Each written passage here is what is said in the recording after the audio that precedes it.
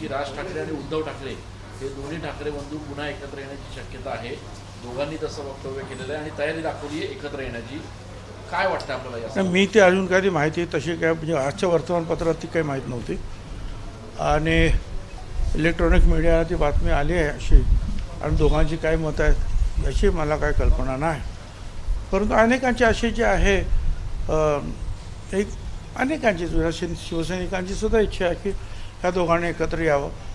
एक त्याला काय आपण म्हणूया विशफुल थिंकिंग किंवा एकत्र येतील. एकत्र येण्याची संधी निश्चितपणे त्यांना होती. ती होती 2014 साली. कारण त्यावेळेला सगळे वेगवेगळे लढले होते. काँग्रेस वेगळी, राष्ट्रवादी वेगळी, BJP वेगळी आणि शिवसेना वेगळी. त्यावेळेला एक चांगली संधी जी आहे त्यांना निश्चितपणे चालून आली होती.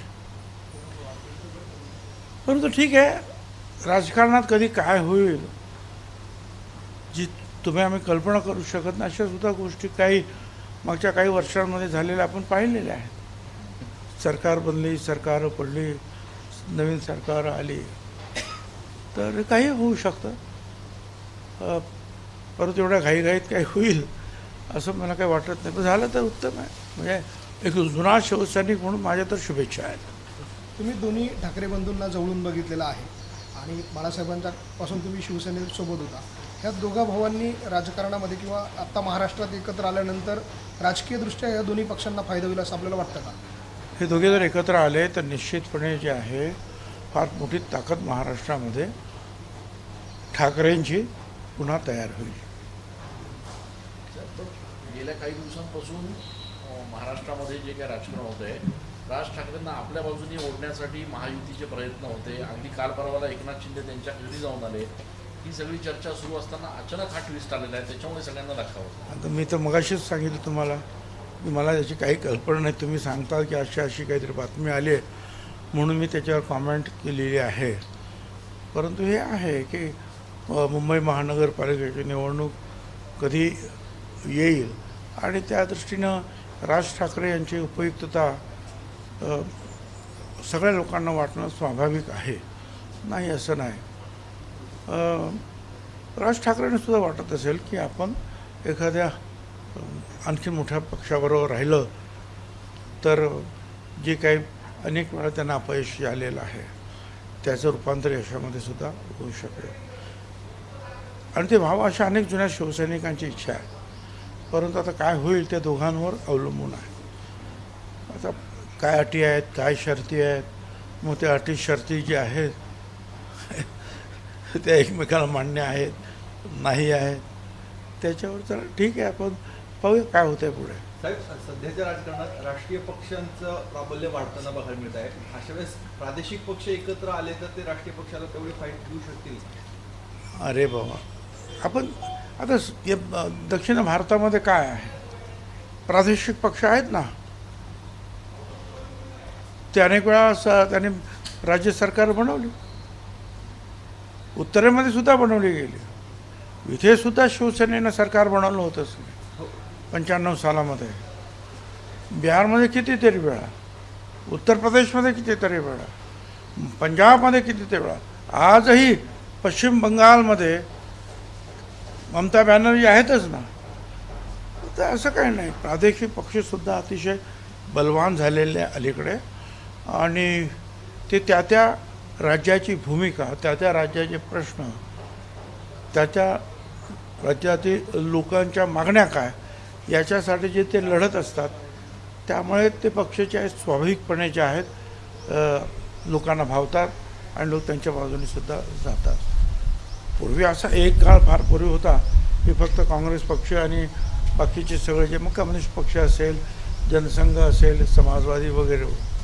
पण आता जे आहेत हे वेगवेगळे अनेक पक्ष जे आहेत आज आहेत. अनेक वेळा ते पुढे येतात, अनेक वेळा ते मागे सुद्धा जातात. आपला चंद्राबाबू त्यांचं काय आहे तसंच आहे ना. नितीश प्रादेशिक पक्ष आहे, मुख्यमंत्री आहे. तर या सगळ्या गोष्टी होत असतात. साहेब, राज ठाकरे यांना आपल्या बाजूने नेण्यास किंवा आणण्यास भाजप महायुती यांनी उशीर केला असं वाटतंय का? कारण राज ठाकरे आता शिवसेनेसोबत जायच्या मानसिकतेत दिसत आहेत. खूप दिवस गेले आणि त्याच्यामुळे आता त्यांना भूमिका घ्यावी लागते राज ठाकरेंना. मला असं काय वाटत नाही, का नेहमीच एकनाथराव शिंदे त्यांच्याकडे जातात. अनेक वेळा काय तुमचे ते आपले फडणवीस साहेब जातात, फडणवीस साहेब, उदय सामंत वगैरे जातात. अनेक लोक जे आहेत त्यांचे सहकारी ते जातात, ते स्वतः जातात, जेवण खाणं होतं आणि मग ते सांगतात की नाही राजकीय चर्चा काही झालेली नाही, फक्त भोजनासाठी एकत्र आलो होतो असं सांगतात. चर्चा तर होणारच ना. ज्यावेळेला दोन पक्षाचे नेते एकत्र येतात तर ते फक्त जेवणावर, भोजनावर आणि हवामानावर चर्चा करतात, याच्यावर माझा तरी विश्वास नाही. साहेब, महाराष्ट्रामध्ये किंवा देशामध्ये, विशेषतः महाराष्ट्रामध्ये जे प्रादेशिक पक्ष आहे त्यांना नख लावण्याचं काम भाजपने केलं आणि त्याच्यामुळे अशा पद्धतीनं हे जे प्रादेशिक पक्ष आहे ते एकत्र येण्याचा प्रयत्न करत आहे आणि त्याचा हा पहिला प्रयत्न जो आहे तो महाराष्ट्रात होतो असं वाटतं का आपल्याला? मला काय तसं काय वाटत नाही. मोठे पक्ष जे आहेत, काँग्रेस पक्षसुद्धा अनेकांना जवळ घेण्याचा प्रयत्न करतात. आता हे पहिली 10 वर्ष जे आहेत मनमोहन सिंग साहेब हे पंतप्रधान होते त्यावेळेला अनेक प्रादेशिक पक्ष त्यांच्याबरोबर होतेच ना. त्यांचं सहकार्य त्यांनी घेतलंच. त्यांच्याबरोबरच राहून त्यांनी भारतामध्ये सरकार बनवलं. तर वेळोवेळी आता पूर्वीचे दिवसच राहिले नाही. आता काही पक्षांचे ज्या वेगवेगळ्या पक्षांचे जे आहे सहकार्य घेतल्याशिवाय सरकार बनत नाहीत. भारतात सुद्धा आता पाहिलं, आत्तासुद्धा जे आहे मोदी साहेबांना ह्या लोकांचं सहकार्य घ्यावं लागतं ना, नाहीतर मग ते काठावरचं सरकार होतं. त्याचबरोबर मग एखादा काय महत्त्वाचा विषय असेल तो मंजूर करायचा असेल पार्लमेंटमध्ये तर अडचणी निर्माण होतात. तर या सगळ्याचा विचार करता अनेक छोटे पक्षसुद्धा हल्ली मदतीला लागतातच.